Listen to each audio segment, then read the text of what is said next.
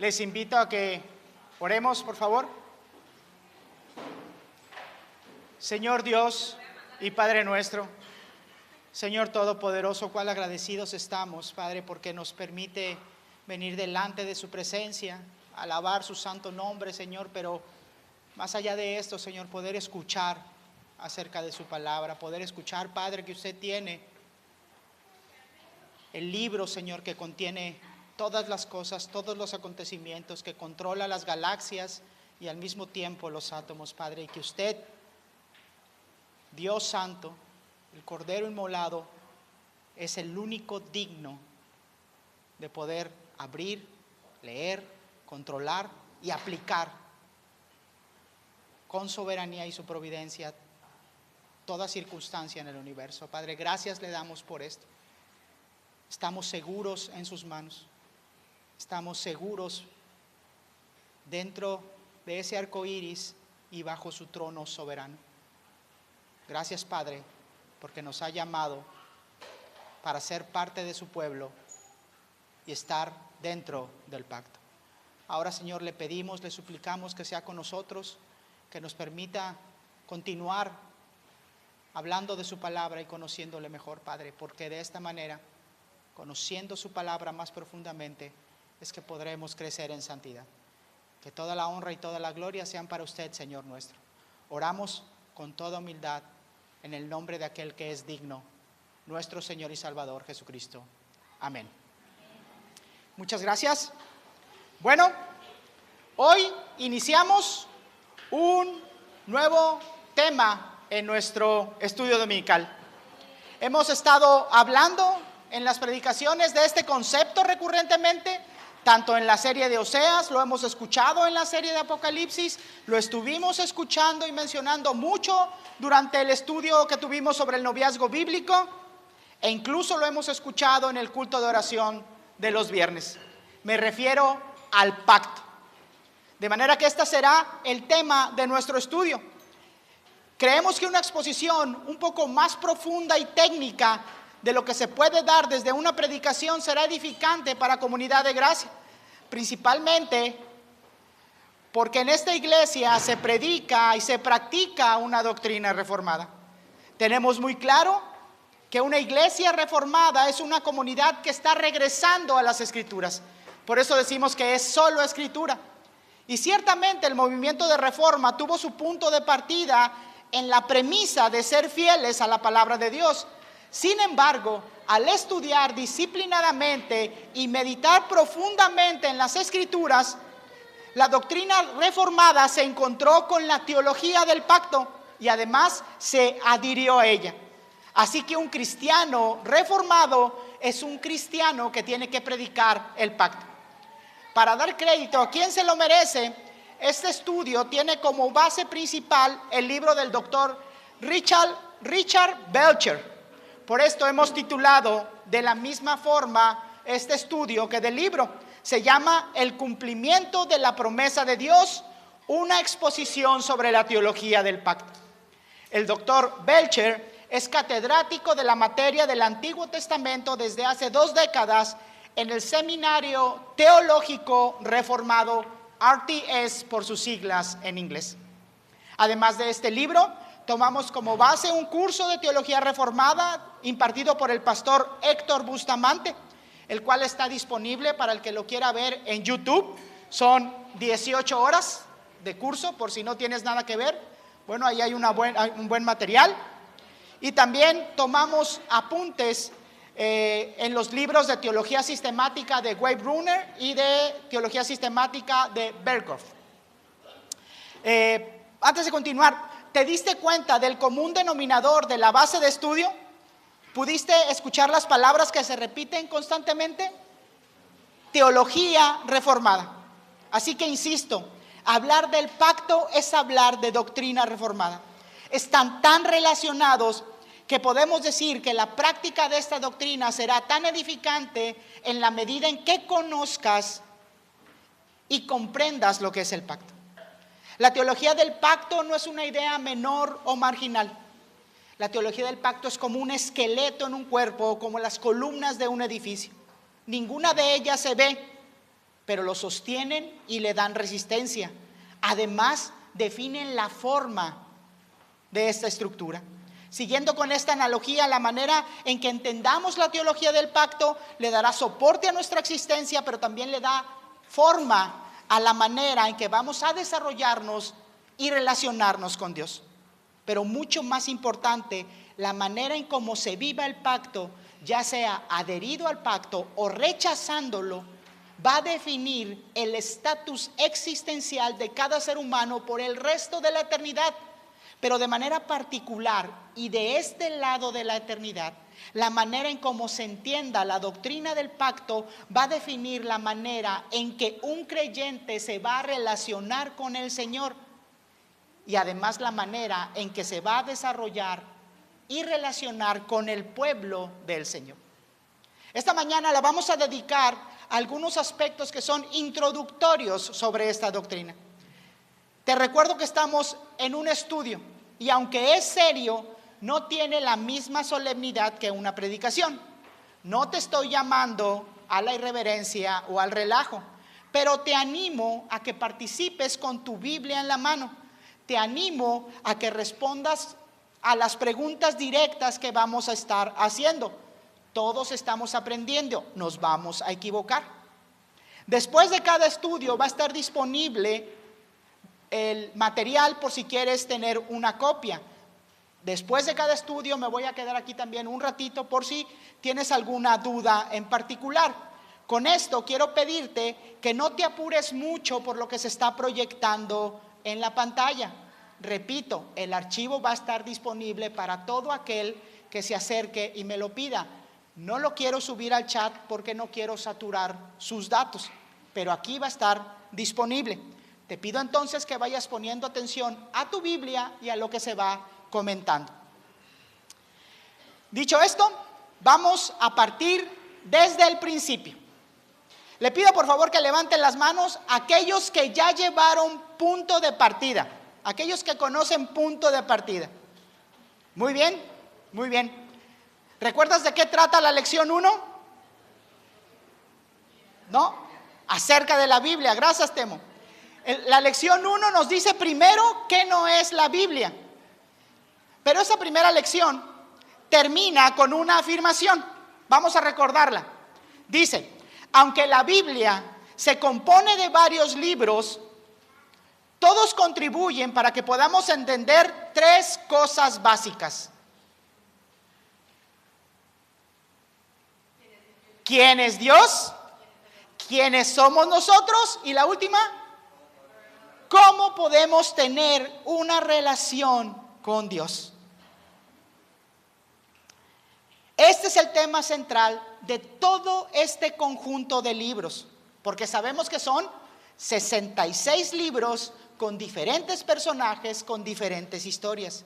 Sin embargo, cualquiera que estudie la Biblia con seriedad, aun cuando no la crea, va a poder concluir que desde el principio hasta el fin se narra una sola historia, la historia de redención, y que esta sola historia tiene un solo personaje principal, nuestro Santísimo Dios Trino, Padre, Hijo y Espíritu Santo. En hebreo, la palabra que se traduce como pacto es berit, cuya raíz es la palabra cortar. El concepto tiene que ver con la manera en que en la antigüedad se sellaban los acuerdos o las alianzas mediante una ceremonia. La ceremonia consistía en cortar por la mitad a unos animales y aquellos que pasaban por en medio de estos animales se comprometían a cumplir las estipulaciones o los acuerdos de esta alianza. De lo contrario, aquellos que pasaban y lo incumplían serían cortados como esos animales. Algunos estudiosos señalan que los pactos entre varones se cerraban dándose la mano y tocando el muslo de la persona con la que se estaban relacionando. Doy la mano y toco el muslo. Y representaba que aquel que incumplía el acuerdo, aquel que incumplía el pacto, sería cortado. ¿De dónde? De donde se tocaron. Hay que interpretar lo que se tenga que interpretar. De una manera o de otra, la imagen señala la seriedad y la solemnidad de los acuerdos. Por esto se traduce como pactos, acuerdos, alianzas. La palabra berit se encuentra escrita 284 veces en 264 versículos en 27 de los libros del Antiguo Testamento. La palabra en griego que se utilizó en la Septuaginta, que es la traducción del hebreo al griego del Antiguo Testamento, es diateque. Literalmente quiere decir pasar encargo. Se refiere a una disposición o un arreglo entre dos partes. Se refiere a la última disposición o la última voluntad de las posesiones de una persona después de su muerte. Es decir, un diateque es un testamento. Debemos saber que existe una palabra en griego que se traduce literalmente como pacto o acuerdo. Esta palabra es síntike, pero esta palabra se utiliza para acuerdos o para alianzas que son entre partes iguales. Por esto, cuando los teólogos tradujeron del hebreo al griego, usaron berit. Prefirieron usar la palabra testamento por la naturaleza de la relación que existía entre los involucrados, porque obviamente en un pacto con Dios las partes no son iguales. Un testamento es un documento legal, ratificado y validado, pero además en un testamento una de las partes es la que está estableciendo el qué, el cómo y el por qué. Y la otra parte, la que recibe, solamente acata las estipulaciones de la última voluntad de aquel que hizo el testamento.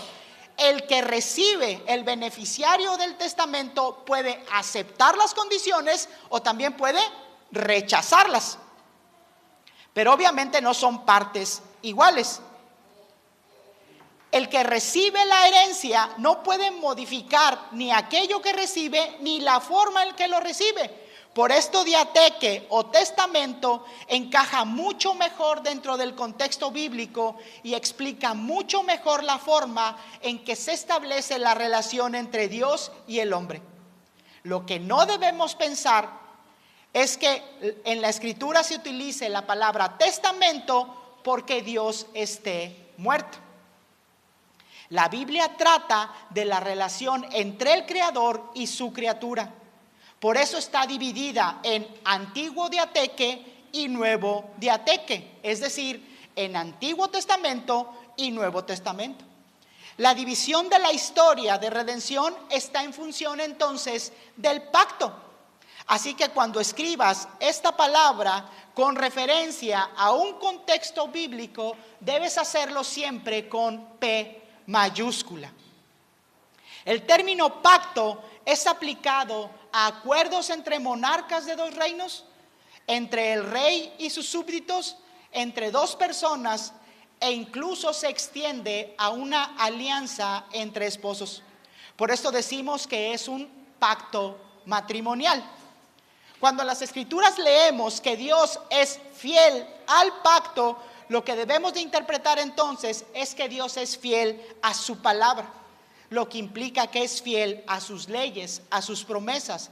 De manera que cuando se lee en la escritura, podemos darnos cuenta de que el pacto es un concepto constante y clave en la Biblia. Belcher, de donde estamos basándonos en este estudio, dice que la teología del pacto es hermenéutica para los reformados. Se oye muy rimbombante, pero simplemente está diciendo que la teología del pacto es la herramienta que va a decodificar y darle sentido a la doctrina reformada. Me imagino al Espíritu Santo escribiendo y dirigiendo una sinfonía perfecta en toda la Escritura, desde Génesis y hasta Apocalipsis. Esta sinfonía tiene sus alegros, tiene sus increscendo, tiene inclusive sus coros y sus tiempos de silencio. La creación está ejecutando esta hermosa sinfonía que llamamos realidad. En este caso, la teología del pacto es la melodía que rige todos los movimientos de todos los instrumentos. Siempre está ahí, aunque no la podamos reconocer, aunque no la podamos notar. La teología del pacto sustenta la estructura de toda la escritura por la historia que está contando. La teología del pacto narra la historia de Jesucristo. Nos informa del paralelismo que existe entre Cristo y Adán. El Señor declara el pacto de redención en el Evangelio de Juan. Aunque no escuchemos la palabra pacto explícitamente, podemos ver claramente su esencia. Ahí se sostiene la alianza, la relación que tiene Dios con su pueblo. Escucha lo que dice Juan capítulo 6, versículos 38 y 39. Porque he descendido del cielo, no para hacer mi voluntad, sino la voluntad del que me envió. Y esta es la voluntad del que me envió, que de todo lo que Él me ha dado, yo no pierda nada, sino que lo resucite en el día final. Porque esta es la voluntad de mi Padre, que todo aquel que ve al Hijo y cree en Él, tenga vida eterna, y yo mismo lo resucitaré en el día final. La misión de Cristo es salvar al pueblo de Dios para que se relacione con su Señor de manera eterna. Este pasaje no puede ser entendido de una manera correcta sin entender la teología del pacto. Jesús tuvo un acuerdo, tuvo un pacto con la deidad y se apropia de él para explicar el significado de su muerte. En el aposento alto y rodeado de sus apóstoles, Cristo dijo: esta es la copa del nuevo pacto en mi sangre que será derramada por vosotros. Pablo, en la primera carta a los Corintios, capítulo 11, este pasaje que leemos cada mes y antes de celebrar el sacramento de la Santa Cena, utiliza estas mismas palabras para explicar la importancia, la seriedad, la reverencia y la trascendencia de la Cena del Señor. Pero además Pablo utiliza un lenguaje de maldición para exponer a aquellos que se acercan de manera indigna a celebrar y a conmemorar no la cena del Señor, sino el pacto del Señor, para conmemorar la muerte de Cristo. El pacto explica la obra de Cristo en la cruz. El libro de Hebreos nos presenta a Cristo como el sumo sacerdote que actúa como un mediador del pacto. Este mismo pacto sostiene la salvación de los creyentes desde el Antiguo Testamento, porque todas las ceremonias de expiación descritas apuntaban a la obra de Cristo, es decir, estaban apuntando al pacto en su cuerpo y en su sangre. El pacto garantiza al pueblo de Dios que la relación con su Señor está sostenida por medio de las promesas que Dios hace para este pacto. Incluso le dan sentido al desarrollo de una iglesia. Lo vemos en aspectos como la membresía, la disciplina eclesiástica. Lo vemos en la teología, vemos la teología del pacto en las 5 solas, en el tulip calvinista, en el catecismo de Westminster. Así que también soportan la apologética reformada. E inclusive ahorita acabamos de escuchar en la predicación de Apocalipsis, capítulo 5, que la respuesta de nuestra adoración gozosa están sustentadas por el Cordero inmolado, es decir, en el cuerpo y la sangre de Cristo, es decir, en el pacto. Entonces nos damos cuenta de su tremenda importancia, pero ahora debemos definir qué es un pacto. El mundo conoce y honra este concepto. Lo entiende como un acuerdo, como un tratado, como una promesa solemne y vinculante entre 2 o más partes. Pueden ser individuos, gobiernos, grupos, y dentro de estos pactos se establecen obligaciones, derechos y compromisos específicos que se deben de cumplir. Las naciones hacen tratados para comerciar y hacen tratados incluso en la actualidad para declararse la guerra y para pelear guerras. ¿Sabías que después de la Primera Guerra Mundial las naciones pactaron el uso de armas químicas y biológicas durante un conflicto militar? Están prohibidas porque todos se pusieron de acuerdo para prohibirlas. Las personas, aquí como nosotros, también establecemos compromisos y también hacemos alianzas. El matrimonio, como dije hace un momento, es un pacto establecido de manera voluntaria entre un hombre y una mujer. A diferencia de un contrato comercial simple, un pacto implica una unión de interés profunda. Tiene un carácter moral y demanda fidelidad. Cuando alguien incumple un contrato se llama fraude. Cuando alguien rompe un pacto, un acuerdo o una alianza se llama traición. El pacto puede ser escrito o verbal, pero lo que nos debe de quedar muy claro es que un pacto tiene como objetivo principal establecer una relación entre dos partes y esta relación se desarrolla de manera edificante y próspera. Porque nadie hace pactos, nadie hace alianzas para perjudicarse a sí mismo. El mundo está lleno de historias de pactos fallidos, pero ninguna alianza, ningún acuerdo, ninguna relación se estableció pensando en el fracaso. Por esto, cuando un pacto se rompe, hay dolor y sufrimiento. Los pactos entonces establecen y definen una relación entre dos partes. Pueden ser unilaterales o pueden ser bilaterales. Esto lo define la parte que asume el costo y la carga del pacto. Si solo una de las partes es la que asume el costo, entonces es unilateral. Por otro lado, si la carga y el costo es compartido, entonces será un pacto bilateral. Ahora les hago una pregunta. ¿Un pacto matrimonial es un pacto unilateral o bilateral? Bilateral. Muy bien.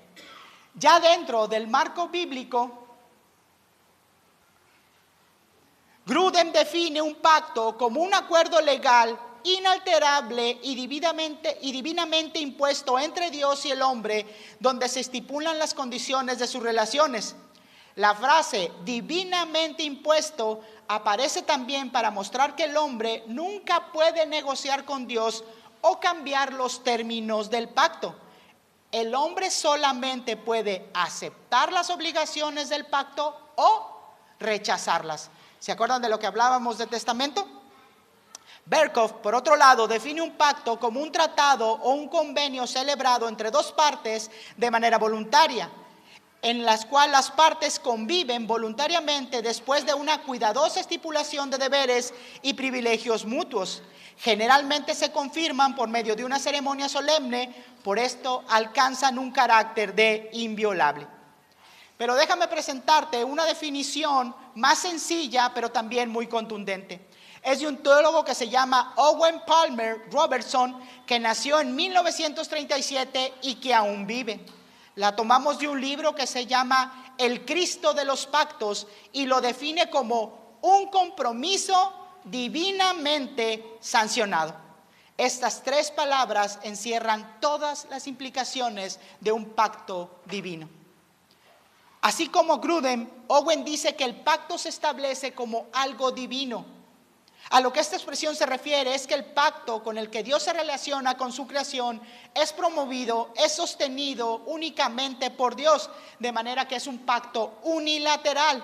Recuerda, esto no quiere decir que solamente una de las partes participa. Quiere decir que solamente una de las partes asume el costo de este pacto. En el pacto bíblico es Dios quien por su propia voluntad, bajo ninguna presión y sin tener ninguna necesidad, pacta con su creación. Es decir, se relaciona con su creación que está representada por el hombre. Es el pacto lo que establece y define la relación entre el Creador y la criatura, entre el Señor y sus siervos. Ya sabemos que por medio de un pacto se establece una relación. De acuerdo, es unilateral porque Dios es quien asume la carga y el pacto. Pero también dentro de un pacto se pueden distinguir tres elementos principales que nos van a indicar el tipo de alianza que se va a desarrollar. Estos tres elementos definen el tipo de pacto. Vamos a exponer los elementos y se pueden escuchar un poco complejos. Para ayudarnos a comprenderlos mejor, vamos a hacer preguntas sencillas para interpretarlos. Los elementos de un pacto son el material, la respuesta y la sanción. El primer elemento es la materia o el material con el cual está sustentado un pacto. La pregunta que nos va a ayudar a distinguirlo es: ¿cómo se establece o cómo se materializa un pacto? Y solamente hay dos respuestas posibles. El pacto se establece con un mandato o con una promesa. El segundo elemento es la respuesta, la manera en que se responde al material del pacto. Voy a plantearlo en forma de pregunta. ¿Cuál es la respuesta al material del pacto? Y solamente, otra vez, hay dos posibilidades.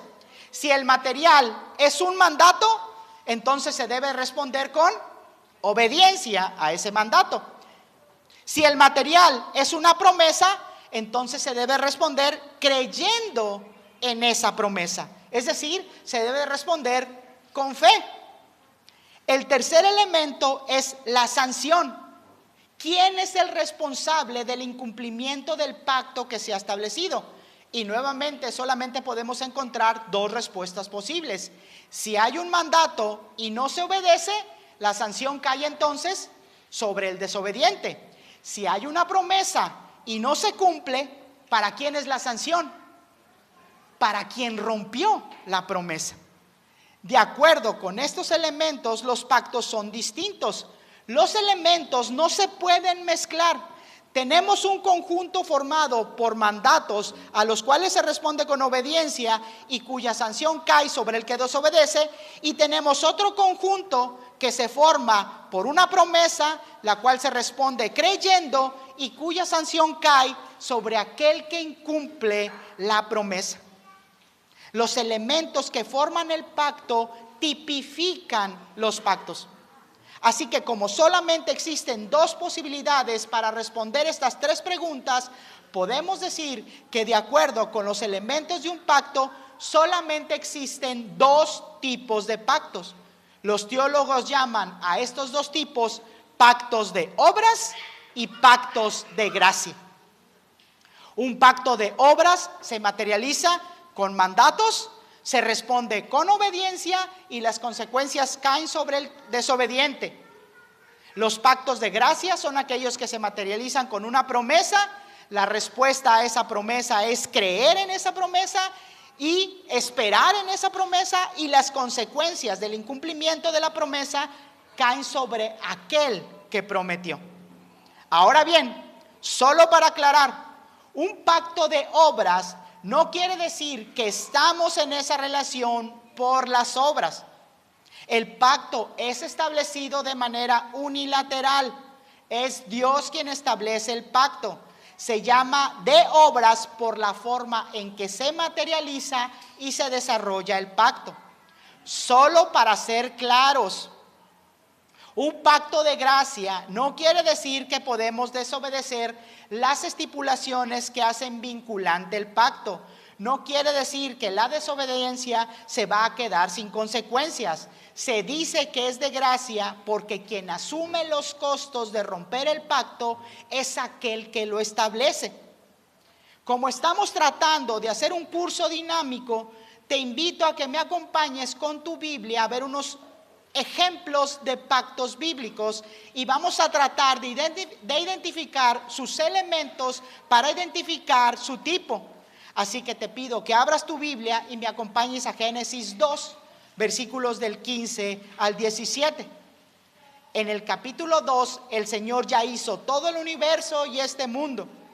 La primera parte del capítulo describe un lugar abundante y próspero, el Edén, y en el Edén hay un huerto. ¿Ya estás en capítulo 2, versículos del 15 al 17? Dice así: entonces el Señor Dios tomó al hombre y lo puso en el huerto del Edén para que lo cultivara y lo cuidara.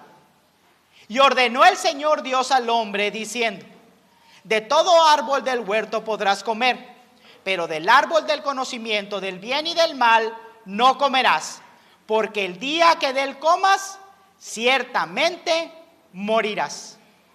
Pregunta 1: ¿quién establece el pacto? Dios establece el pacto. ¿Es unilateral o es bilateral? ¿Es unilateral o es bilateral?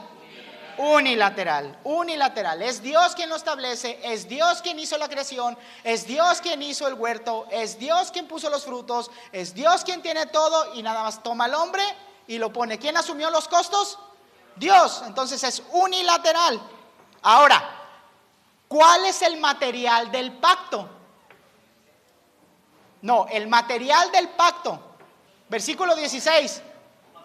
Un mandato. Y ordenó el Señor Dios. El material de este pacto es un mandato. Entonces, ¿cuál es la respuesta a este pacto?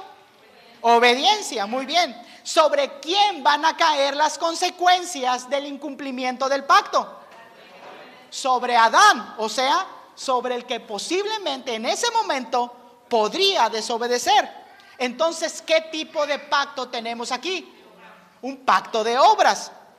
¿Cómo puedes llegar a la conclusión de que es un pacto de obras si el texto no menciona la palabra pacto? Correcto, porque el texto me dice que hay primero una relación entre Dios y el ser humano y puedo ver con claridad los elementos del pacto.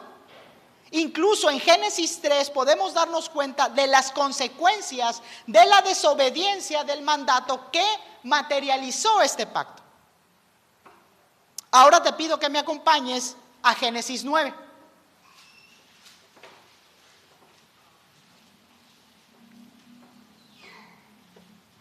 Vamos a Génesis 9 y vamos a leer todo el capítulo.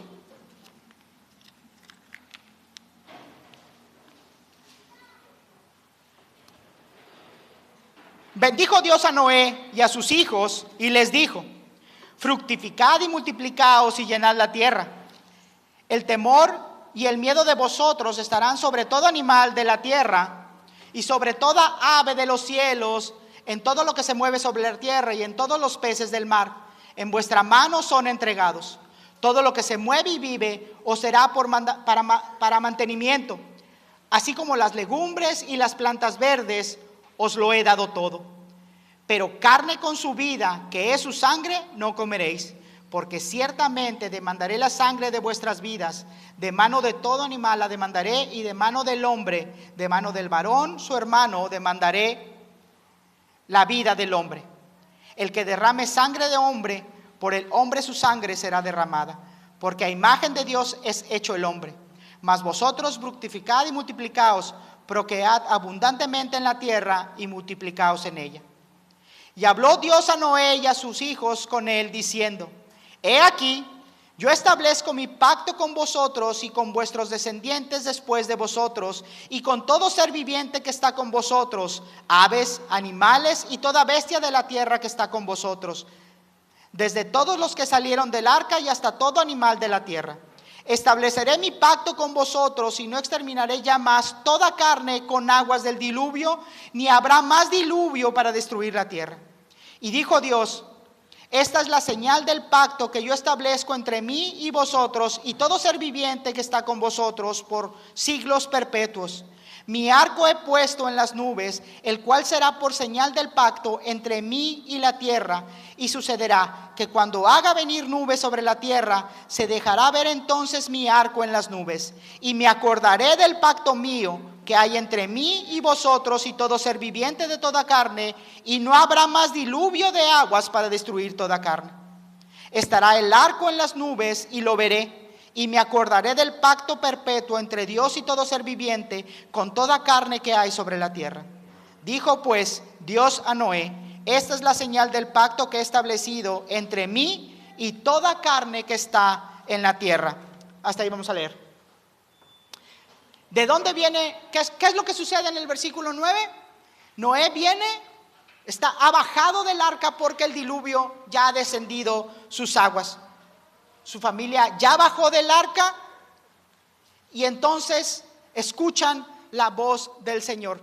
Recuerda, la humanidad había desaparecido por causa del diluvio. Entonces van las preguntas de nuevo. ¿Quién establece el pacto? Dios establece el pacto. ¿Es unilateral o es bilateral? Es unilateral. ¿Cuál es el material del pacto? ¿Cuál es el material del pacto? Versículo 11. Es una promesa. ¿Me leen el versículo 11 alguien, por favor? Estableceré mi pacto con vosotros y no exterminaré ya más toda carne con aguas del diluvio, ni habrá más diluvio para destruir la tierra. ¿Qué tenemos ahí? Dios está prometiendo algo que va a venir, ¿no? Entonces el material del pacto es una promesa. ¿Cuál es la respuesta del pacto?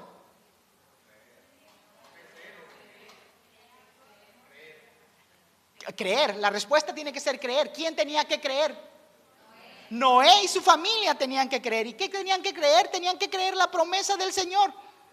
Ellos tenían que creer que tenían que repoblar el mundo y que Dios no lo iba a volver a destruir. El actuar o el desarrollar sus funciones iba a estar de acuerdo a los mandatos que dio en la primera parte del capítulo. Pero ellos tenían que creer en la promesa del Señor. ¿Sobre quién caerían las consecuencias de incumplir el pacto? ¿Sobre quién? ¿Sobre quién? Ok, va de nuevo. Si se materializa con una promesa, ¿sobre quién caen las consecuencias? Sobre quien incumple la promesa. Entonces aquí las consecuencias de incumplir el pacto, porque es un pacto de gracia, caerían sobre Dios. Porque es Dios quien está sosteniendo la promesa. Es Él el que promete que no se va a destruir nuevamente la tierra con un diluvio. El arco iris es una señal que Dios va a ver, porque Él dice: y yo me acordaré cada vez que vea el arco iris.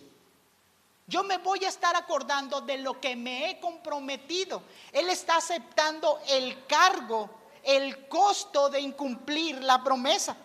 Entonces, ¿qué tipo de pacto es? Es un pacto de gracia. Es un pacto de gracia porque aun cuando el hombre desobedezca, aun cuando el hombre, como lo hizo Noé y como lo seguimos haciendo nosotros, seguimos sin acatar los mandatos de Dios, Dios está respondiendo a sus promesas. El mundo no ha sido acabado con otro diluvio y no va a ser destruido con otro diluvio. De lo contrario, aquel que lo prometió sería sancionado. Y aunque aquí la sanción no se menciona de manera explícita, que Dios destruyera al mundo con otro diluvio, lo haría entonces un mentiroso. Por lo tanto, dejaría de ser Dios, pues Dios no puede mentir y no puede pecar. Los primeros 7 versículos nos exponen una serie de mandatos que el Señor le da a Noé y a su familia. Son mandatos que vinculan el pacto. Sin embargo,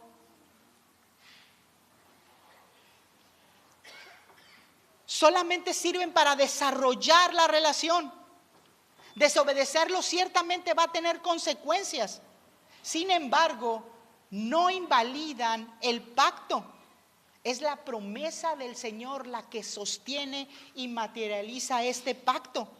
La pregunta que debe rondar en este momento tu mente es: ¿qué importancia puede tener para mí saber si es un pacto de obras o saber si es un pacto de gracia?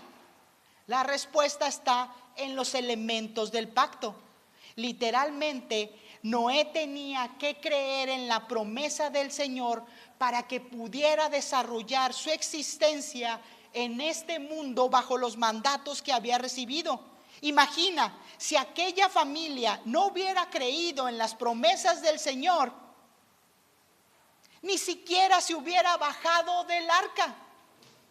En cualquier momento vuelve a empezar a llover y nos ahogamos todos. Noé tenía que creer para establecer su relación con Dios. Si no creía, ¿qué caso tendría? Si no tenía una relación con Dios, si no creía en Dios, ¿qué caso tenía bajar del arca?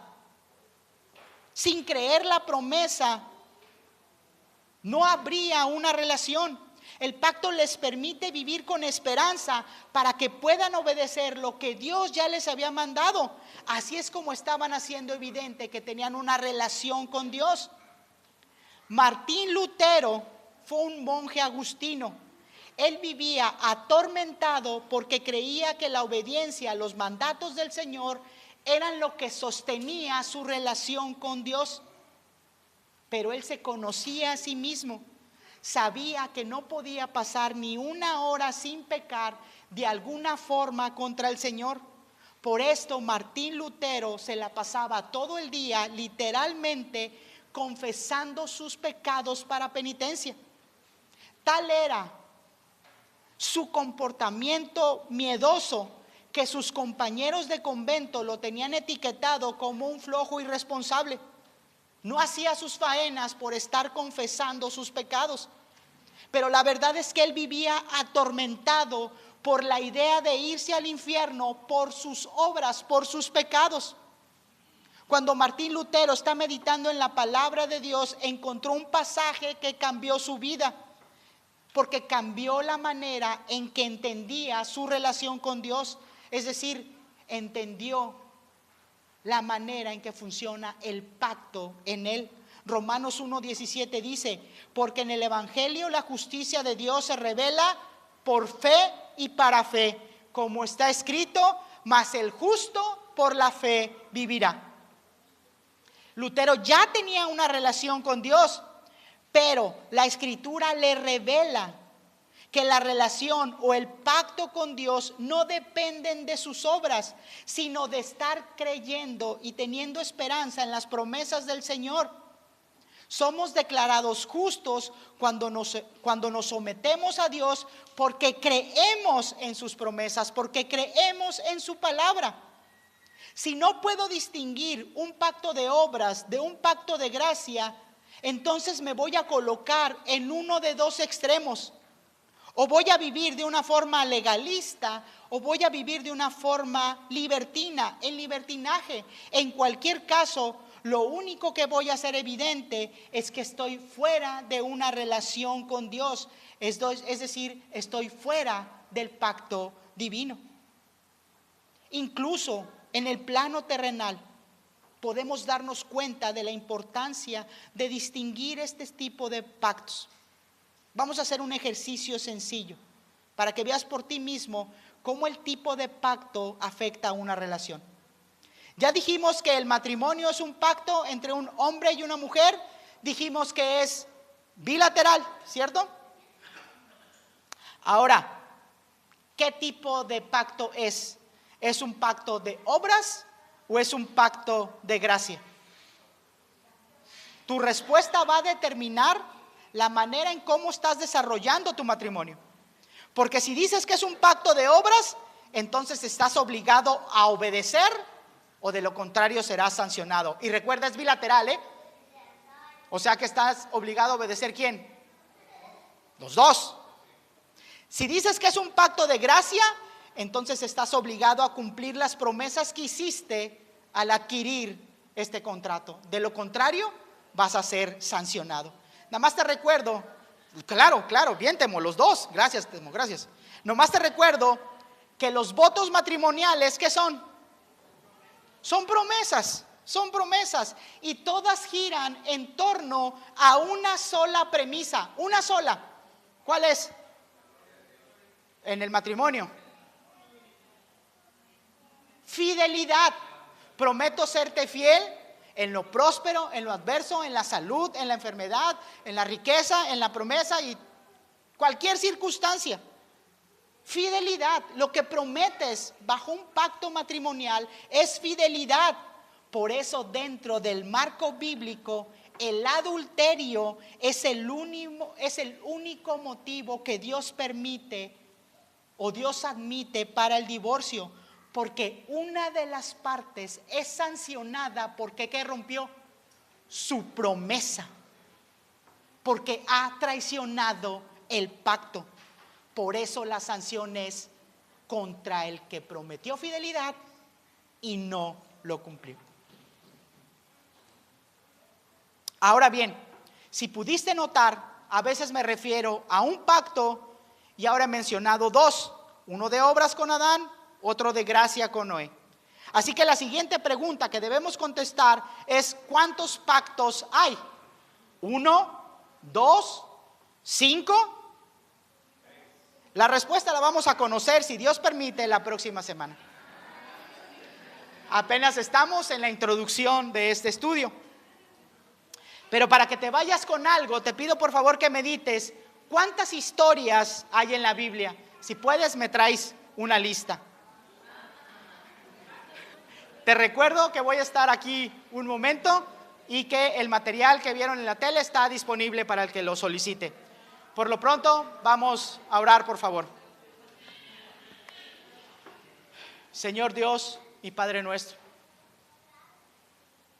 Señor, usted es fiel al pacto que ha hecho con la creación. Le damos gracias, Padre, porque usted nos ha llamado a pertenecer, a vivir de acuerdo al pacto. Le damos gracias, Señor, porque este pacto es unilateral, porque es sostenido por usted, porque el costo de este pacto ha sido pagado, Señor, en su totalidad por el Cordero inmolado, por la sangre y el cuerpo de nuestro Señor Jesucristo. Padre, permítanos vivir de acuerdo, Señor, al pacto que usted ha establecido con nosotros. La promesa, Señor, es que usted va a ser fiel al pacto, pero la respuesta de nosotros, Señor, la respuesta a esa fidelidad que usted nos ha mostrado, es que queremos darle la gloria con nuestra obediencia. Padre, permítanos vivir bajo su voluntad, sujetos a su voluntad, para darle la gloria y honra que solamente usted merece, Padre, porque usted es el único digno, Señor, de recibirla. Oramos al Padre en el nombre del Hijo y sustentados por el Espíritu Santo. Amén.